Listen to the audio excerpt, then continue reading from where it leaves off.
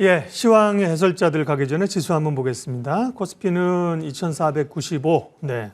코스닥에도 주목되는데요. 예, 플러스로 돌려섰죠. 반등이 좀 나오고요. 반도체나 2차 전지 안 죽었어 이런 얘기를 하면서 장비주가 강합니다. 그랬죠. 메인으로 또 몰고 가기 어렵다.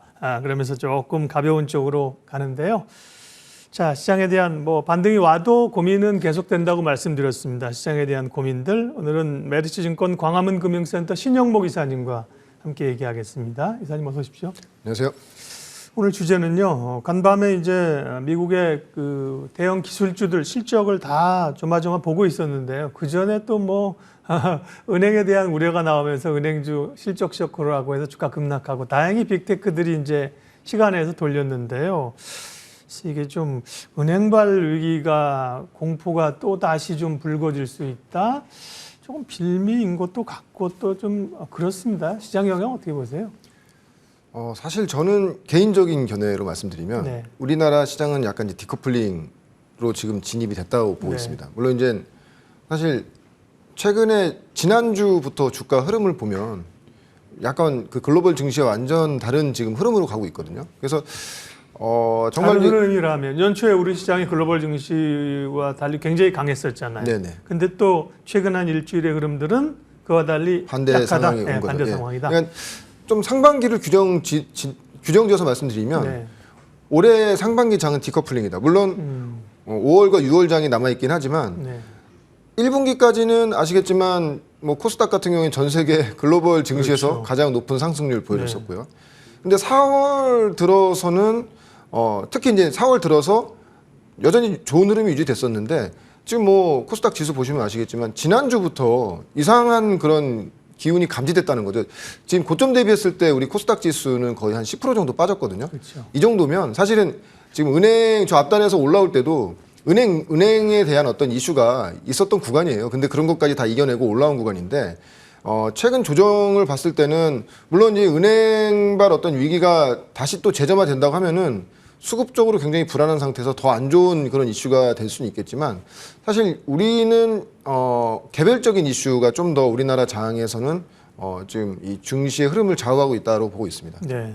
수급이라든가 그죠? 네. 또 그전에 약간 좀 지정학적인 우려들이 불거진 거 이런 것들이 좀 영향을 주고 있습니다. 그러니까 지금 말씀하신 것처럼 은행발 공포가 다시 확산되면서 미국의 이전의 시스템 위기로 그건 아닌 거죠. 맞습니다. 예, 그건 아닌 맞습니다. 것 같고요. 다만 이제 여러 요인들이 좀 빌미가 되면서 변동성을 주고 있는 거고요.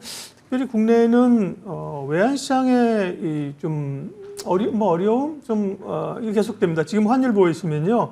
1337원이에요. 예. 1300원 밑에 가 있어요. 지금 정상인데요. 그죠? 오히려 환율이 상승하는. 그러니까 우리 돈, 원화 가치가 약세로 가는 거죠. 연고점을 경신했는데요. 왜 그런 걸까요? 이 시장 영향은 어떻게 보세요? 역시 개별적인 이슈로 저는 판단하고 있고요. 네. 가장 큰 거는 대중국 리스크가 아닌가 하는 좀 저는 약간 그런 우려감을 가지고 있거든요. 네. 지난주부터 그러니까 방금 전에도 말씀드렸다시피 지난주부터 우리나라 장 정확히는 지난주 한 수요일에서 목요일부터 시작된 것 같은데 다른 나라 증시보다 훨씬 약하고 더 많이 빠지고 반등도 없이 계속 빠지는 이런 현상들. 그러면서 환율은 슬쩍 올라오는 이런 현상이 굉장히 안 좋다는 거죠. 근데 가장 중요한 것은 다들 아시겠지만 항상 우리나라 증시가 디커플링으로 갈 때 보면은 지정학적 리스크와 그렇죠. 어떤 수급적인 이슈들이 있거든요. 네. 외국계 자금들이 들어왔다 나갔다 하는 그런 이슈도 있는데 지난주에 이제 우리나라 정부에서 그 대만 관련된 발언을 하면서 중국의 어떤 이런 좀 반응들에 대해서 시장이 굉장히 민감하게 반응하는 그런 현상이 지난주 중순부터 계속 나오기 시작했거든요. 그래서 환율이 올라가는 것도 만약에 이제 이런 것이죠. 이건 나중에 이제 우리 어떤 이 정치적인 어떤 이런 흐름을 봐야겠지만 이 대중국 리스크 그러니까 결론적으로 과거에 한한령을 되살릴 정도의 어떤 그런 불안감이 장에 지금 엄습했다고 보고 있고 그래서 보면은 지난주 초까지만 해도 중국 소비재 굉장히 좋았습니다. 다시 고점 뚫고 가는 분위기였고 맞아요. 이제 또 이제 2차 전지의 수급이 이제 소비재 쪽으로 들어간다 이런 얘기도 있었는데 어떤 대만 관련된 그런 발언이 나오면서 중국이 굉장히 민감하게 반응을 하고 거기에 따라서 그러면 또 중국이 다시 또 제재를 하는 것이 아닌가. 근데 그러한 제재가 단순히 과거에 어떤 소비재 쪽으로 집중되어 있는 것이 아니고 우리가 좀 더 아파할 만한 그런 섹터로 올 수 있다는 거죠. 대표적으로 이제는 반도체나 그 2차 전지 쪽인 거죠. 그래서 사실 2차 전지도 뭐 많이 올라서 조정받는다는 그런 뭐 어떤 시장의 분위기도 있겠지만 만약에 2차 전지 쪽이 여전히 우리나라는 지금 뭐 지금까지는 아직까지도 중국에 관련돼서 2차 전지 관련돼서 소재가 굉장히 좀 필수적으로 수입해오는 수입국이기 때문에 그런 부분에 대해서 굉장히 노이즈가 되는 것 같고 네. 아무래도 대중국 리스크가 커진다고 하면 환율이 올라갈 수밖에 없는 그런 상황이 되지 않겠는가. 그래서 환율도 정말 중요한 그런 흐름인데요. 그러니까 이렇게 보시면 됩니다.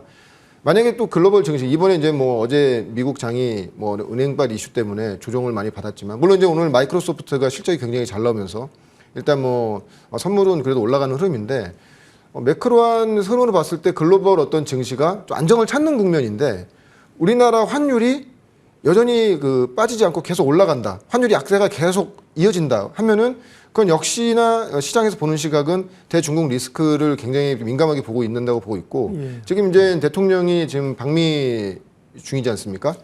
돌아온 이후에 이제 중국의 반응이 어떻게 나올지가 굉장히 좀 민감하게 지금 반응하는 것 같습니다. 그래서 네. 그렇기 때문에 지금 보면은 시장은 굉장히 좀 약간 그동안에는 굉장히 좀 약한 흐름에도 불구하고 악재도 강하고 호재에서 민감하게 반응하면서 주가들이 좋고 지수도 좋았는데 이제는 굉장히 좀 악재에 민감하게 반응하는 이런 장세로 좀 들어왔다. 좀 불확실성이 좀 확대되는 그런 장으로 들어온 것이 아닌가 그렇게 보고 있습니다. 네. 거의 뭐 그 신용잔고에 따른 CFT에 따른 그 관련 제가 주식 얘기하면 종목 좀 한번 따라가 보세요. 대표적으로 뭐 삼천리, 네, 대성홀딩스 이런 종목들이죠. 이런 종목들은 여전히 오늘도 살지 아닌가요? 하한가를 기록하고 있고요. 반면에 예, 다올투자증권 뭐 이런 쪽들은 또 예, CJ 이런 쪽은 CJ는 왜 같이 섞이는지 모르겠는데 또 좀 일부 종목은 좀 하락이 저지되고 그러는데요.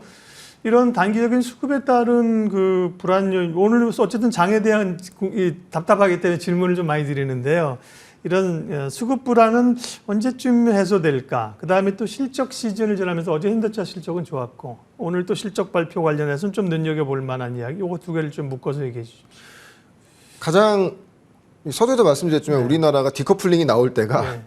이 지정학적 리스크가 나올 때와 아까 그 수급적으로 엮일 때가 네네. 이제 이 디커플링이 나온다고 말씀드렸는데 예. 바로 이 부분이 이제 바로 그런 부분이죠. 왜냐하면 신용이 다 엮여져 있는데 그러니까 이런 거죠. 뭐 상광이라든지 지금 뭐 지수와 관련돼서 뭐 6개에서 8개 종목이 어제까지 한가 가고 오늘 뭐 한가 풀린 종목도 있는데 뭐 저런 종목들 한가 가는 거랑 내 종목이랑 뭐 뭔 상관이 있냐 이렇게 말씀하시는데 대개 보면은 지금 신용잔고 코스닥 신용잔고가 거의 연초 대비했을 때 거의 한 3조 정도 가량이 늘어났고요. 코스피 같은 경우에는 한 2조 정도가 늘어난 상태입니다. 근데 최근에도 보면은 코스닥, 코스피 신용잔고가 계속 늘어나고 있어요. 근데 이제 오늘 이제 확인해 보니까 이틀 전 이제 수치긴 한데 신용잔고가 이제 서서히 줄고 있더라고요.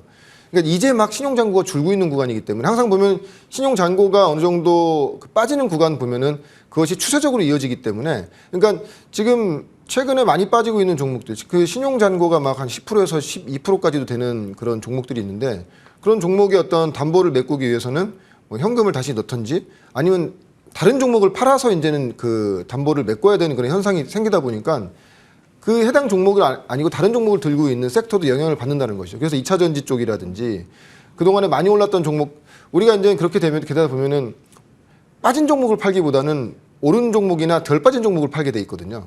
그런 것들이 계속 신용단에 엮이면서 또 뭐 뉴스에도 나오지만 이제 CFD 관련돼서는 신용 잔고에 들어가지 않으니까 사실 CFD 예. 관련된 어떤 이런 그 어떻게 보면 그 CFD가 반대 매매가 나오면서부터 이 지금 그렇죠. 하한가 종목들이 속출한 거기 때문에 이런 것이 좀 걔는 이제 한가 종목 풀리면 소화됐구나 이렇게 해석할 수밖에 없는 거죠. 뭐. 당분간 그렇습니다. 게다가 또 만약에 미국 증시도 네. 지금 오늘이 굉장히 중요한 게 마이크로소프트가 굉장히 실적이 잘 나왔음에도 네. 불구하고 반등이 약하다고 하면은 매크로한 부분도 상당히 좀 불안하기 때문에 예. 이런 현상이 기조적으로 지금 좀 이어지지 않겠는가. 그렇기 때문에 지금은 사실은 일단 우리나라 증시 자체가 너무 그 불확실성으로 들어왔기 때문에 좀 약간 종목을 비중을 줄이고 현금 네. 비중을 좀 늘려야 되는 그런 구간이 아닌가. 왜냐하면 이게 단기적으로 끝날 리스크라고 한다면 버티시면 됩니다. 그냥 뭐 내가 가지고 있는 종목이 확실한 성장 섹터고 실적이 잘 나오는 종목이라면 견디시면 되는데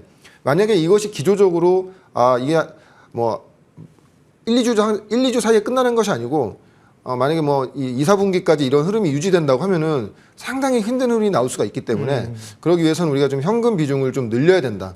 예, 그런 좀 견해를 갖고 있습니다. 아무래도 이제 시장에 대한 궁금증들이 전보다 불안감들이 커진 상황이기 때문에 시장 관련된 얘기를 많이 여쭤봤고요. 또 이사님 오시면 우리가 히든밸류 종목을 봐야 되니까 안 볼 수 없죠. 예, 앞서 시간을 뭐 많이 할애하긴 했습니다만 오늘 말씀해 주실 기업은 어디입니까?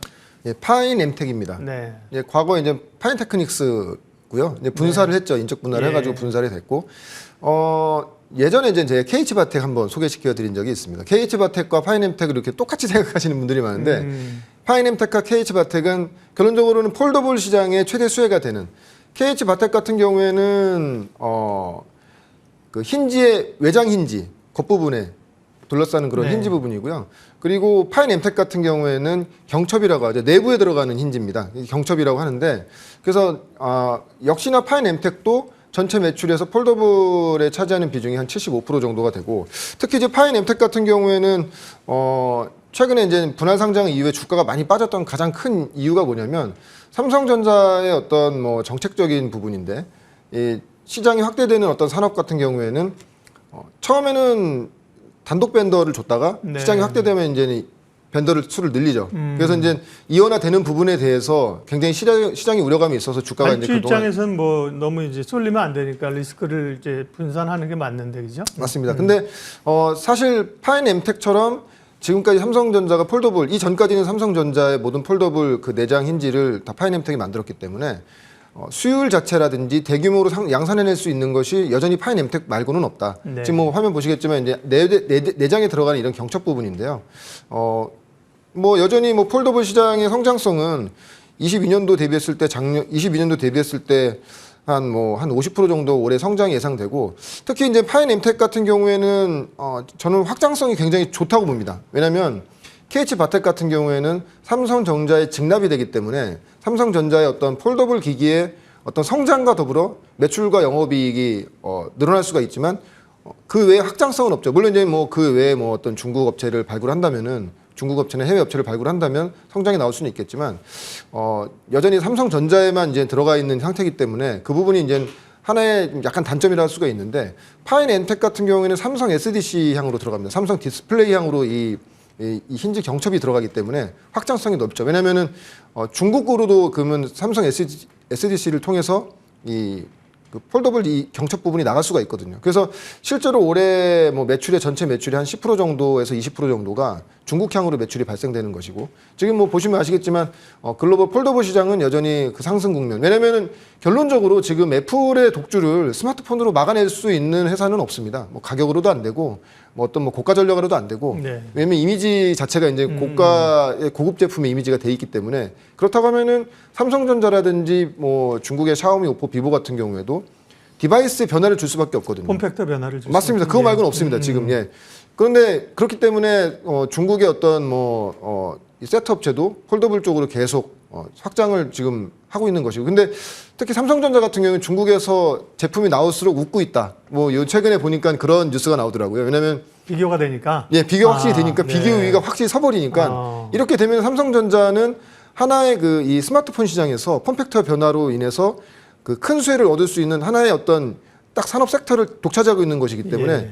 이 부분에 대한 어떤 그 드라이브를 더 세게 걸 수밖에 없겠죠. 그렇게 된다면 하면은 뭐 KH바텍과 파인엠텍이 여전히 큰 수혜가 될 거라고 예상하고 있고, 그래서 최근에 주가 흐름도 굉장히 좋았다가 이제 최근 이제 조정받고 있는데, 그래서 만약에 시장이 조정받는다고 하면은 확실한 성장이 나오는 이런 산업군에서 보시면 좋다고 보고 있고요. 그래서 폴더블 쪽에서는 제가 KH바텍뿐만 아니라 파인엠텍도 지금부터는 좀 조정 국면에서는 우리가 좀 봐야 되는 그런 종목이 아닌가 그렇게 생각합니다.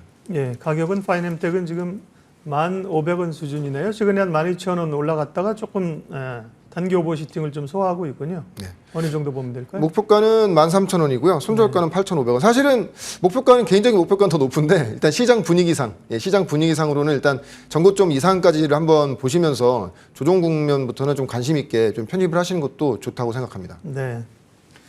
시간 1분 남았습니다. 실적 봐야죠. 예, 오늘 실적 나오는 것 좀 그래서 코멘트 좀 해달라고 부탁드렸는데, LGD 오늘 현대 하이닉스 실적 발표했고요. LG에너지솔루션, 유한양행, 모비스 이런 기업들을 발표하는군요. 조금 눈여겨볼 기업이 있을까요? 저는 개인적으로 물론 LG 에너지 솔루션 같은 경우는 네. LG 에너지 솔루션 같은 경우 지난번에도 말씀드렸다시피 AMPC 관련돼서는 뭐 올해부터 1조 8천억에서 1조 정도가 영업이익단으로 들어오기 때문에 향후에는 뭐 거의 뭐 5조 이상 조 단위로 되는 것이고, 그래서 최근에 이제 2차 전지 조정받으면서 조정받고 있는데 뭐 시장의 글로벌 대장주라고 보고 있습니다. 네. 외국인들이 분명히 들어올 종목이라고 보고 있기 때문에 뭐 계속 여전히 눈여겨 보시면 좋을 것 같다고 보고 있고요.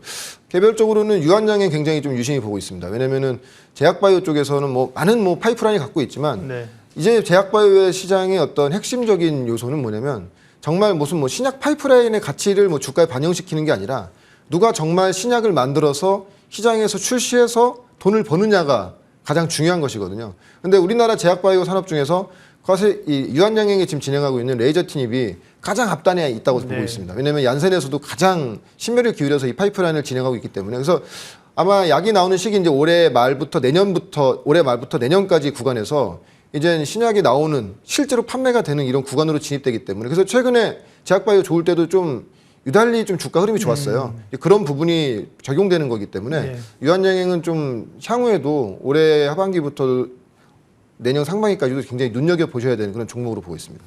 신영목의 히든밸류 이렇게 유튜브 검색창에 치시면 이 내용 다시 보실 수 있어요. 메리츠증권 광화문 금융센터 신영목 이사님 함께했습니다. 고맙습니다. 고맙습니다.